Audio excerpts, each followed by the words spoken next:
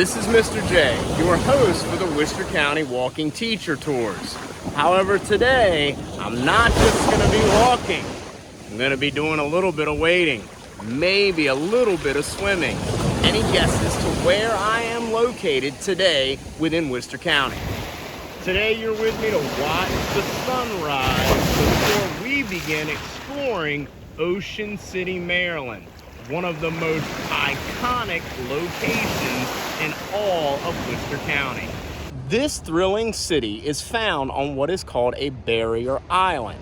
Assateague Island, another famous island in Worcester County, is also a barrier island. Barrier islands get their name because they provide a barrier from the mainland of Worcester County from the powerful and mighty Atlantic Ocean, which is just behind me. Altogether, Ocean City is only a 9 or 10 mile long island. However, it is jam-packed with activities that attract many, many people. The greatness of Ocean City is tied to its natural resources. And the biggest natural resource probably is this beautiful beach. The beach is always naturally tied to the beautiful ocean.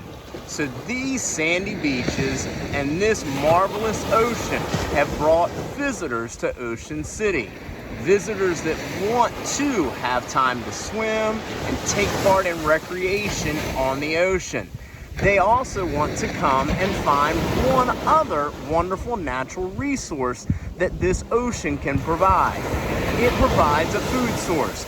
Fishing is one of the main industries that is still part of Ocean City today. I hope you can hear me with this little piece of information over these seagulls that keep making an unbelievable racket.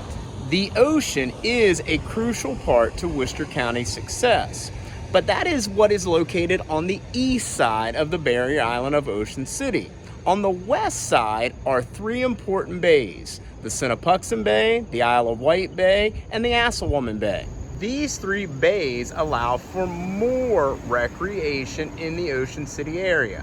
People can go fishing there and crabbing as well. They can go paddleboarding or jet skiing out on the waters of the bay. They can do all of that and then come to the other side and go surfing and swimming in the ocean, as well as possibly enjoy a bonfire down on the beach. The bays, ocean, and beach have brought visitors, tourists to Ocean City, and that's a huge contribution to Worcester County's economy. Money comes in from these tourists visiting and taking part in all that Ocean City has to offer. Beginning in the early 1900s, cottages and then hotels began to pop up, and people came to stay in those locations to enjoy the beach. Then restaurants and other activities began to build up, so people had more activities that they could participate in while they were in OC. During the summer months, the only city in the entire state of Maryland that has a larger population than Ocean City is Baltimore. That's because so many people are here enjoying all the marvelous fun this place has to offer. With all of these people in this town seeking recreational opportunities, it provides many forms of employment or jobs for people. You can work in the restaurants, you can work at the amusement parks, you can take people out on the fishing and boat tours. All of those are important jobs that also bring people to Worcester County. Those jobs I just mentioned just merely scratch the surface of what might be available for people to do to find work in Ocean City. With all of Ocean City's popularity, it has become an event destination. Springfest and Sunfest have been held here for decades. Winterfest is another draw in the wintertime for this area.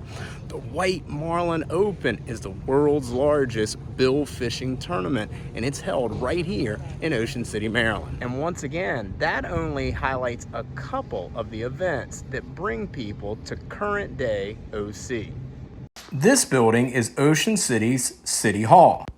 The mayor and city council that has 7 members form all of the ordinances and laws for the town in this spot. They devise the laws to keep OC a successful location, as well as to keep all of the visitors and residents safe. City Hall also coordinates with the Ocean City Police Department, Fire Department, and Beach Patrol to help the city stay as protected as possible. The next couple of photos are of the Route 50 bridge. It is one of the two bridges that drivers use to enter Ocean City. This bridge is very important for travelers today when they enter Ocean City. But how did travelers get into Ocean City in the past? We are now going to dive into Ocean City's history. In its past, Ocean City started out well over 100 years ago as just a small fishing village. However, there was a huge change that occurred in 1874. During that year, the Wicomico and Pocomoke Railroad extended its tracks all the way to Ocean City, Maryland. The tracks came all the way here to the Isle of Wight Bay, one of the bays I mentioned to you earlier in this video.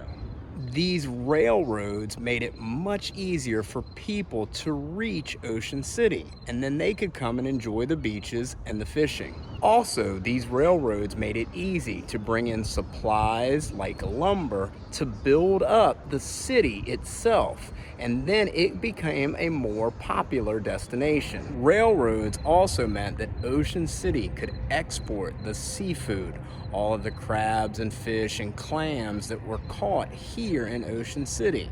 They could send them to other parts of Maryland, and people could enjoy all of the tastes that are right here from OC. During that time, the influential railways also meant employment. People began journeying to Ocean City to find jobs. That led to more people in this growing area. A change happened in the 1890s. Cars were invented. That began to limit the use of the railroads. People could start driving to Ocean City, and in 1916, the first car bridge into the town was built. So, as the decades went by, more and more visitors came to Ocean City. More and more buildings and businesses were built up, and eventually Ocean City grew into the wonderful location that it is today. Yet one historic storm could have ended it all for Ocean City. You cannot discuss Ocean City's past without talking about the hurricane of 1933. The storm hit in August of 1933. It devastated Ocean City. Homes and property were destroyed. The boardwalk was destroyed. Intense rain occurred for 6 straight days. All of downtown Ocean City was destroyed. It was flooded because the tides were unusually high. The strong and destructive winds had both the oceans and the bays way over their normal crest levels. Some say as high as 8 feet over what the waves normally would crest at. To give you an idea of the storm's strength, this is the Ocean City Inlet. The inlet connects the bays of the west to the ocean on the east side of Ocean City. In addition, the inlet divides the island of Assateague, which is the island you see on the other side of this body of water, from the barrier island of Ocean City, where Mr. J is currently standing. The horrible storm of 1933 created this inlet. It was not here before that powerful hurricane. Imagine a terrifying hurricane that is powerful enough to create a waterway that was 50 feet wide and 8 feet deep. Wind and water, boys and girls, are powerful, very powerful forces. Amazingly, with all of this tragedy that happened because of that awful storm, an opportunity also occurred. Fishermen realized that this inlet could connect the bays on the west side of the island to the ocean, making their job much easier. they could go out on the open waters of the ocean, catch their fish, and then easily bring them back to the bay side of Ocean City, where they could be unloaded and then transported to share throughout the state.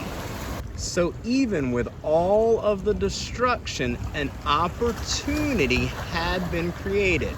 An opportunity that would bring resources and money back to Ocean City. Maybe the inlet is what gave the resilient people of Ocean City the hope that they could recreate this great location. And over time, that's exactly what they did. Ocean City was rebuilt, recreated, and it then became the popular tourist spot that it is today. Students, the town of Ocean City is a very special story. I've covered many elements of that story in today's walking tour. However, my challenge to you is go out and research. There is much more to be learned about this terrific city, and you can find out more facts that you can share with friends and family. Hopefully, I can do some teaching and walking around Worcester County again with you in the near future. I'd love to give a special shout out to my unexpected co-host for today's video.